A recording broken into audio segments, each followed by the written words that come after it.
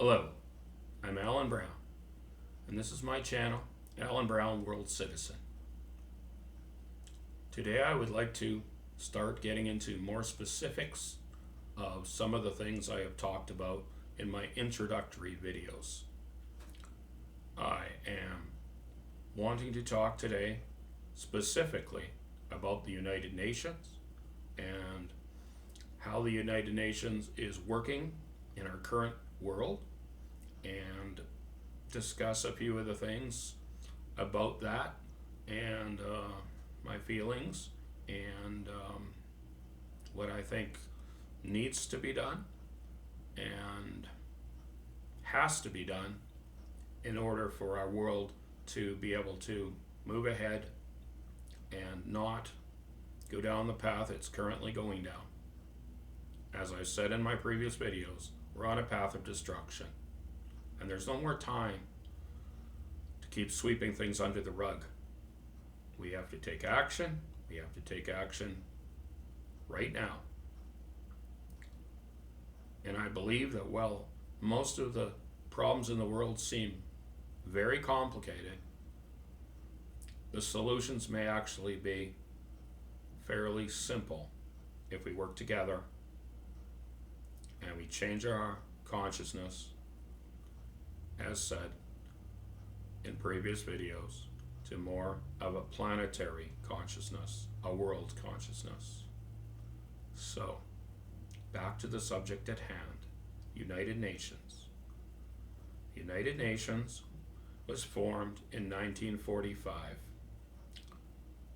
There was a precursor to the United Nations called the League of Nations, which came into being after the First World War.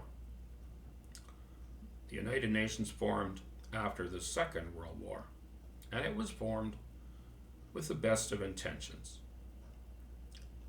It was designed to give the nation states, a forum, a place where they could get together and work with a spirit of cooperation between each other to keep future conflicts like World War I, World War II from happening again.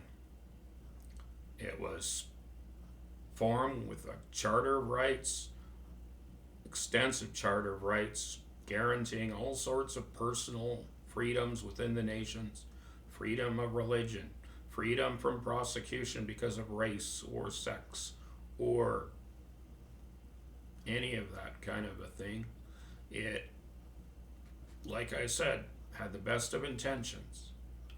But often things with the best of intentions don't really seem to work out in the real world, the harsh reality of the real world. So, the first major problem with the United Nations is that 5 permanent members, they're called permanent members because they are not elected short-term members, they are permanent. Okay, these 5 permanent members have what's called veto power. This is critical because with veto power, these 5 permanent members can use their veto to basically null and void anything they are not in agreement with in terms of actions that the United Nations is suggesting to take in various situations. The 5 veto permanent members are Russia, China, United States, France, and Great Britain. Now, if all the members in the United Nations were democratic and peaceful and did not have desires to expand beyond their current territories, if they all were nice regimes, had nice governments that were not going to abuse things like the human rights of their citizens within their borders, if all the countries in the United Nations were on the same page, not just in principle, but in actions, then the vetoes might not be a problem. But from looking at history, the history of the United Nations, since it's been formed, we can see that the veto powers are basically turning the United Nations into a paper tiger.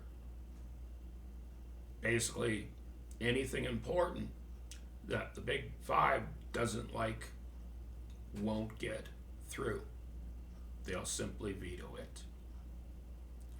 Now, currently, we can see many examples of the United Nations basically doing nothing of any real substantial effect.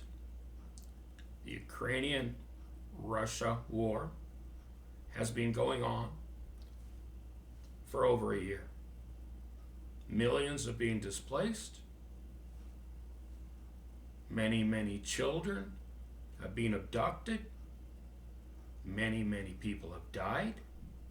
Innocents, women, children, like any war, collateral damage, lots of it, because there has been random attacks in cities, and civilians have paid the price many times for this. So, we also have conflicts that have been ongoing in other parts of the world, like mentioned in my introductory videos.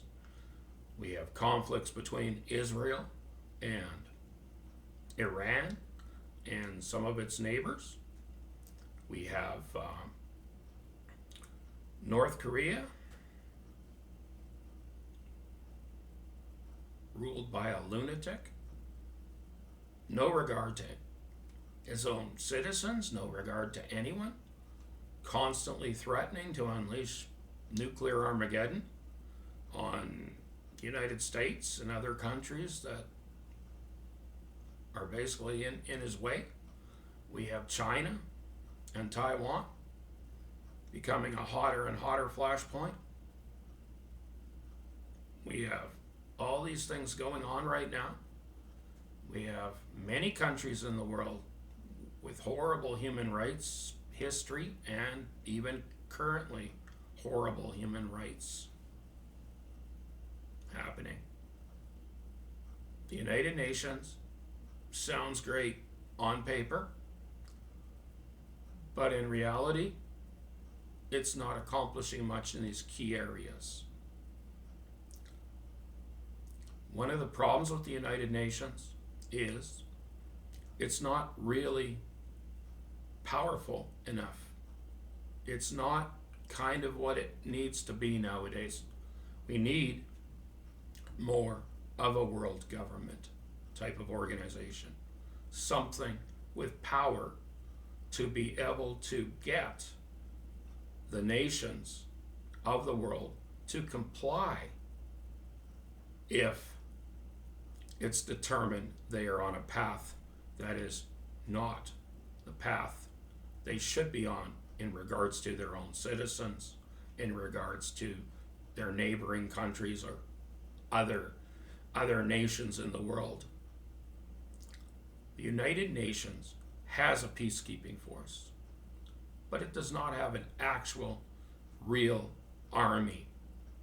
The United Nations needs an independent military force that should be powerful, possibly the only political body in the world that should have any nuclear weapons should be the United Nations, or the new United Nations, or whatever we want to call this new form of government, world government, overseer to the nations. Nuclear weapons, we could argue, might be needed for possibly something from like a meteor or something coming towards Earth. There's very little argument for nuclear weapons or for any state to have nuclear weapons. in our present day. Yet we have more and more nuclear states.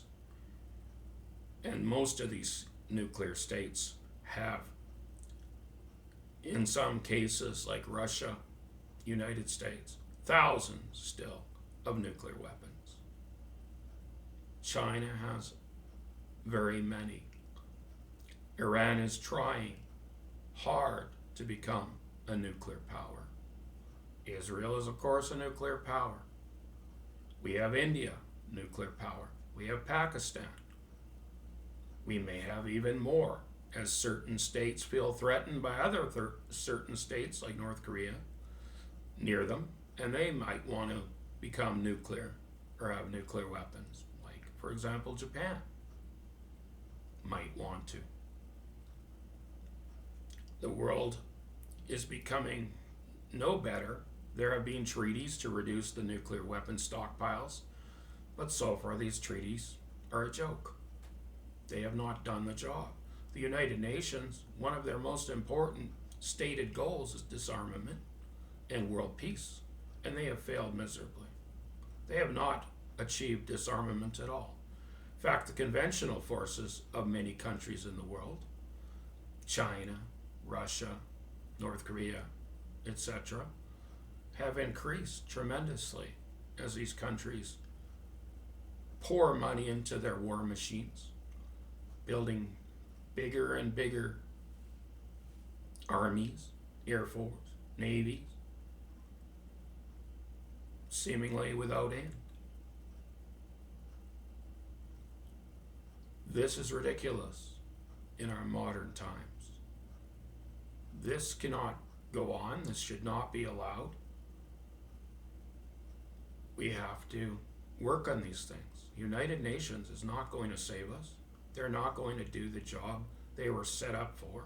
They're not doing the job of stopping really any major conflicts.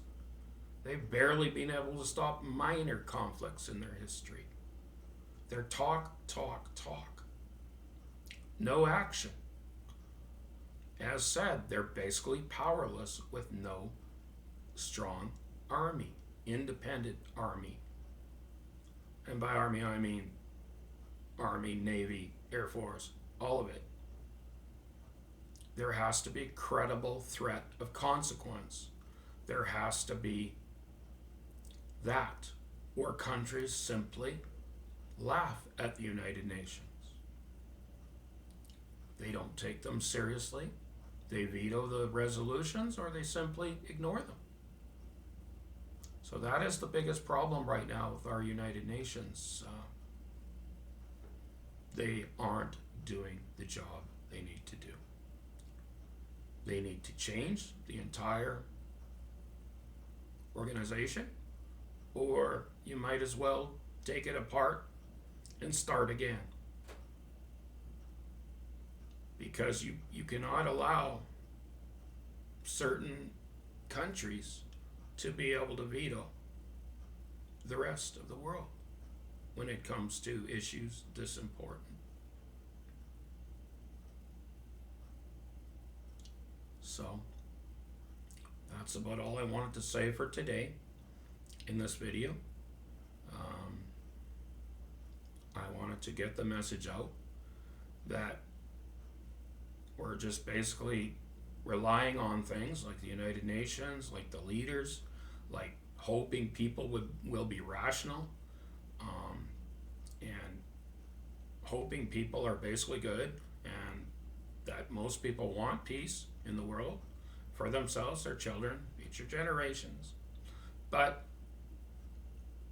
we are living in a world where we have leaders that are pursuing courses that are totally insane. And right now, I can't see a way to stop them. We have to go into panic mode. We have to somehow pressure and put pressure and change things as fast as we can. Time is short. So let's get together. Let's change the world. And thank you for listening to me. please spread the word on my channel and help me make a difference. Thank you.